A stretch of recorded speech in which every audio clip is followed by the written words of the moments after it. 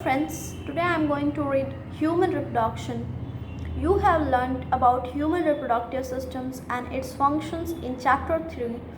Now let us discuss a closely related topic, reproductive health.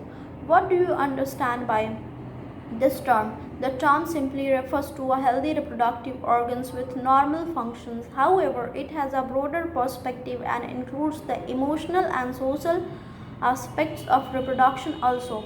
According to World Health Organization WHO, reproductive health means a total well-being in all aspects of reproduction, that is physical, emotional, behavioral and social. Therefore, a society with people having physically and functionally normal reproductive organs and normal emotional and behavioral interactions among them in all sex related aspects might be called reproductively healthy. Why is it significant to maintain reproductive health and what are the methods taken up to achieve it? Let us examine them. Reproductive health problems and strategies. India was amongst the first country in the world to initiate action plans and programs at national level to attain total reproductive health as a social goal. These programs, called family planning, were initiated in 1951 and were periodically assessed over the past decades. Improved programs covering wider reproductive related areas are currently in operation under the popular name Reproductive and Child Health Care (RCH) programs, creating awareness among people about various reproductive related aspects and providing facilities and support for building up a reproductively healthy society are the major tasks under these programs. With the help of audio, visual, and the print media, governmental and non-governmental agencies have taken various steps to create awareness among the people about the reproduction related aspects. Parents, other close relatives, teachers, and friends also have a major role in disseminating of the above information. Introduction of sex education in schools should also be encouraged to provide right information to the young so as to discourage children from believing in myths and having misconception about sex related aspects. Proper information about reproductive organs, adolescence and related changes, safe and hygiene sexual practices, sexually transmitted diseases, STDs, AIDS, etc. would help people, especially those in the adolescent age group, to lead a periodic reproductively healthy life, educating people, especially fertile couples and those in marriageable age groups, about available birth control options, care of pregnant mothers, postnatal care of the mother and children, importance of breastfeeding, equal opportunities for male and a female child, etc. would address the importance of bringing up a socially conscious family, healthy families of desired size. Awareness of problems due to uncontrolled population growth, social evils like sex abuse and sex related crimes needs to be created to enable people to think and take up necessary steps to prevent them and thereby build up a socially responsible and healthy society. Successful implementation of various action plans to attain reproductive health requires strong infrastructural facilities, professional expertise, and material support. These are essential to produce medical assistance and care to people in reproduction related problems like pregnancy, delivery, STDs, abortion, contraception, menstrual problems, infertility, etc. Implementation of better techniques and new strategies from time to time are also required to provide more efficient care and assistance to people. Statutory ban on amniocentesis of fetal sex determination test based on the chromosomal pattern in the amniotic fluid surrounding the developing embryo for sex determination to legally check increasing female feticides, massive child immunization, etc. are some programs that merit mention in this connection. Research on various reproduction related areas are encouraged and supported by governmental and non-governmental agencies to find out new methods and or to improve upon the existing ones. Do you know that Saheli, a new oral contraceptive for the females, was developed by scientists at Central Drug Research Institute (CDRI) in Lucknow? India, better awareness about sex-related matter, increased number of medically assisted deliveries, and better postnatal care leading to decreased maternal and infant mortality rates, decreased number of couples with small families, increased number of couples with small families, better detection and care of STDs, and overall increased medical facilities for all sex related problems, etc., all indicate improved reproductive health of the society. Population explosion and birth control. In the last century, an all round development in various fields significantly improved the quality of life of the people. However, increased health facilities along with better living conditions has had an explosive impact on growth of population.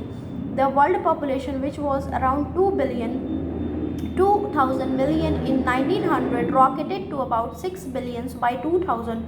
A similar trend was observed in India to our population, which was approximately 350 million at the time of our independence, reached close to billion mark by 2000 and crossed 1 billion in May 2000.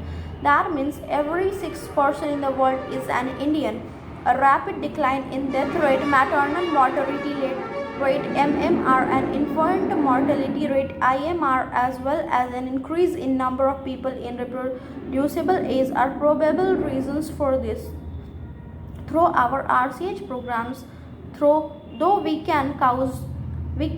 could bring down population growth rate, it was only marginal. According to the 2001 census report, the population growth rate was still around 1.7%, that is 17 per thousand per year, a rate at which our population could double in 33 years. Such an alarming growth rate could lead to an absolute scarcity of even the basic requirements, that is food, shelter, and clothing, in spite of significant progress made in those areas. Therefore, the government was forced to take up serious measures to check this population growth rate.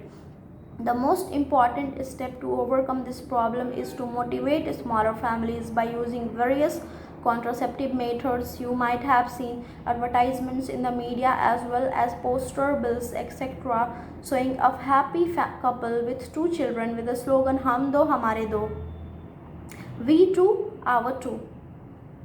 Many couples, mostly the young urban working one, have even adopted an one child norm, statutory raising of Many couples, mostly the young urban working ones, have even adopted an one child norm, statutory raising of marriageable age of females to 18 years and that of males to 21 years, and incentives given to couple with small families are two of the other measures taken to tackle this problem. Let us describe one of the commonly used contraceptive method which helps prevent unwanted pregnancies. An ideal contraceptive should be user friendly, easily available, effective, and reversible with no or least side effects.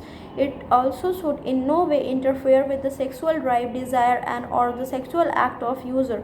A wide range of contraceptive methods are presently available which could be broadly grouped into the following categories, namely natural, traditional barriers, IODs, oral contraceptives, injectables, implants, and surgical methods. Natural methods work on the principle of avoiding chances of ovum and sperms meeting. Periodic abstinence is one such method in which the couples avoid or abstains from coitus from day 10 to 17 of the menstrual cycle, when ovulation could be expected, as chances of fertilization are very high during this period. It is also called fertile period. Therefore, by abstaining from the coitus during this period, conception could be prevented. Withdrawal or coitus interrupts is another method in which the male partner withdraws his penis from the vagina just before ejaculation so as to avoid insemination. Lactational amenorrhea, absence of menstruation, best method is based on the fact that ovulation and therefore the cycle do not occur during the period of intense lactation following parturition. Therefore, as long as the mother breastfeeds the child fully, chances of conceptions are almost nil. However, this method has been reported to be effective only up to a maximum period of 6 months following parturition. As no medicine or devices are used in this method, side effects are almost nil. Chances of failure, though, of this method are also high. In barrier method, ovum and sperms are prevented from physically meeting with the help of barriers. Such methods are available for both males and female. Condoms are barriers made up of thin rubber latex sheets that are used to cover the penis in male or vagina and cervix in the female just before coitus so that the ejaculated sperms would not enter into the female reproductive tract. This can prevent conception. Nirod, a popular brand of condom for the male use of condoms, has increased in recent years due to its additional benefits of protecting the user from contracting STDs and AIDS. Both the male and the female condoms are disposable, can be self-inserted and thereby give privacy to the user. Diaphragm, cervical caps and vaults are also rubber made up of rubber that are inserted into the female barriers that are made up of rubber that are inserted into the female reproductive tracts to cover the cervix during coitus.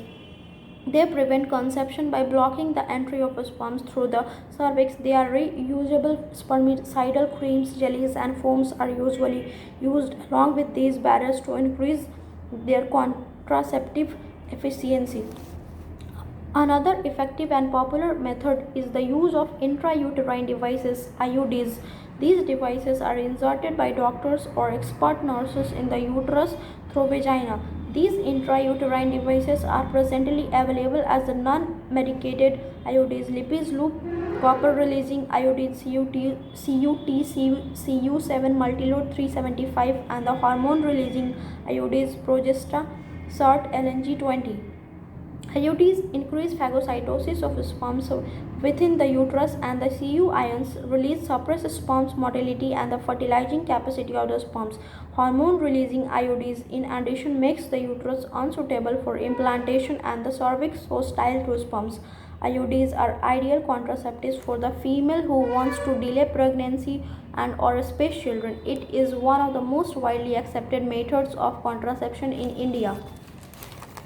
Oral administration of small doses of either progesterones or progesterone-estrogen combination is another contraceptive method used by females. They are used in the form of tablets and hence are popularly called pills. Pills have to be taken daily for a period of 21 days, starting preferably within the first 5 days of menstrual cycle. After a gap of 7 days during which menstruation occurs, it has to be repeated in the same pattern till the female desires to prevent conception. They inhibit ovulation, retard entry of sperms. Pills are very effective with less.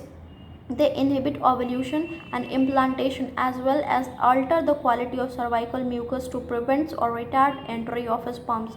Pills are very effective with lesser side effects and are well accepted by females. Saheli, the new oral contraceptive for the female, contains a non-steroidal preparation. It is once a week pill with a very few side effects and high contraceptive value. Progestogens alone or in combination with estrogens can also be used by females as injections or implants under the skin. Their mode of action is similar to that of pills and their effective periods are much longer. Administration of progestogens or progesterone estrogen combination or IUDs within 72 hours of coitus have been found to be very effective as emergency contraceptives as they could be used to avoid possible pregnancy due to rape or casual unprotected intercourse.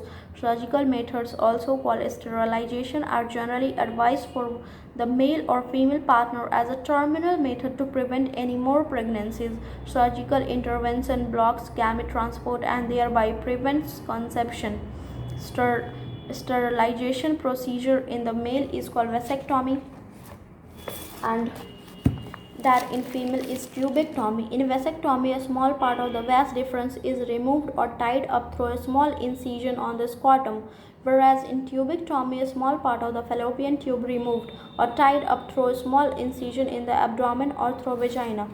These techniques are highly effective, but the reversibility is very poor. It needs to be emphasized that the selection of a suitable contraceptive methods and its use should always be undertaken in consultation with qualified medical professionals. One must also remember that contraceptives are not regular requirement for maintenance of reproductive health. In fact, they are practiced against a natural reproductive events, that is conception or pregnancy.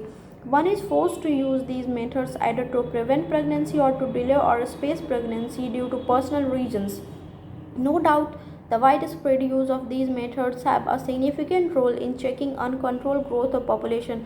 However, their possible ill effects like nausea, abdominal pain, breakthrough bleeding, irregular menstrual bleeding, or even breast cancer, though not very significant, could not be totally ignored. Medical termination of pregnancy (MTPs), international or voluntary intentional or voluntary termination of pregnancy before full term is called medical termination of pregnancy (MTPs) or induced abortion.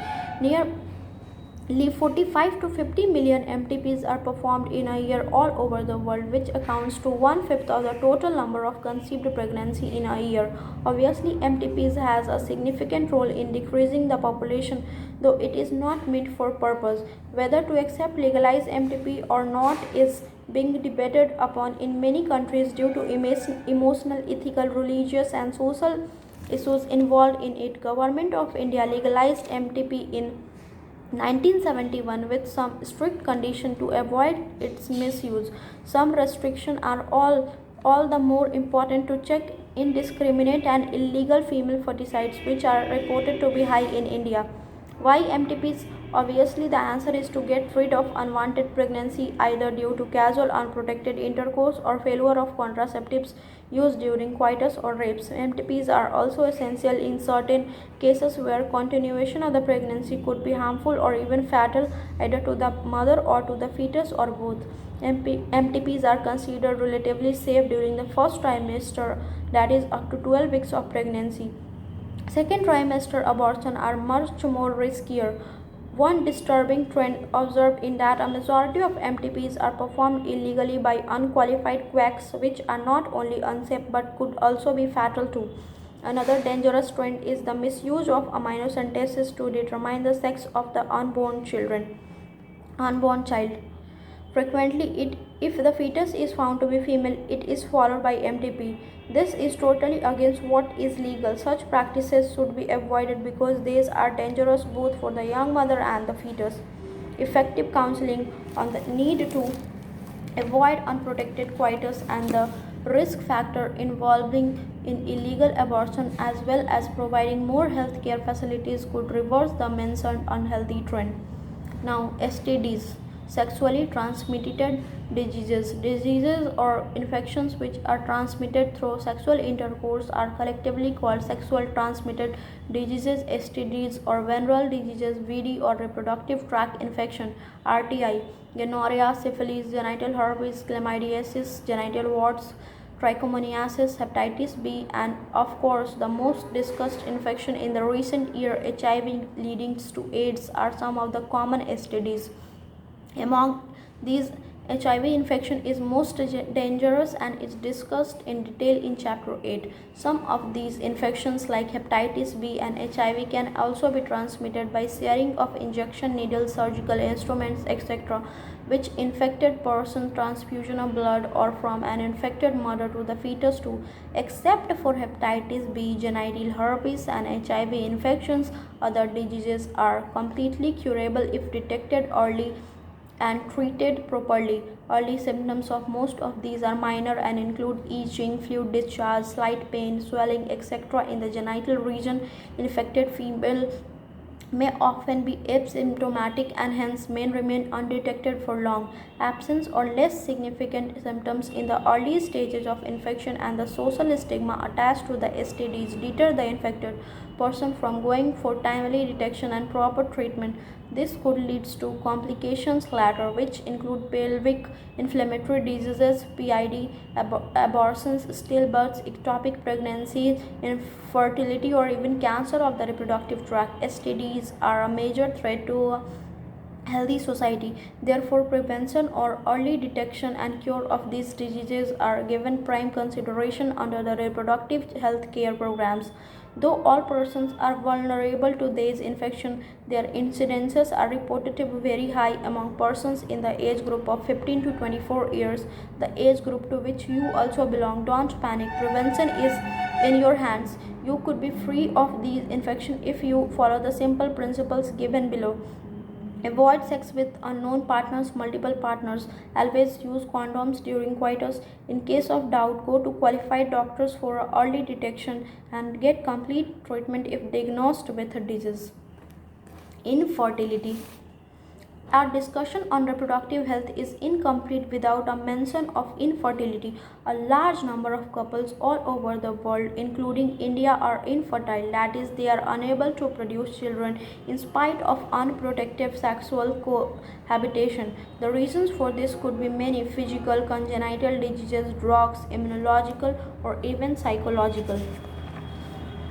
In India, often the female is blamed for the couple being childless, but more often than not, the problem lies in the male partner. Specialized healthcare units, infertility clinics, etc., could help in diagnostic and corrective treatment of some of the disorders and enable these couples to have children. However, where such corrections are not possible, the couples could be assisted to have children through certain specialized techniques commonly called as assisted reproductive technologies (ART).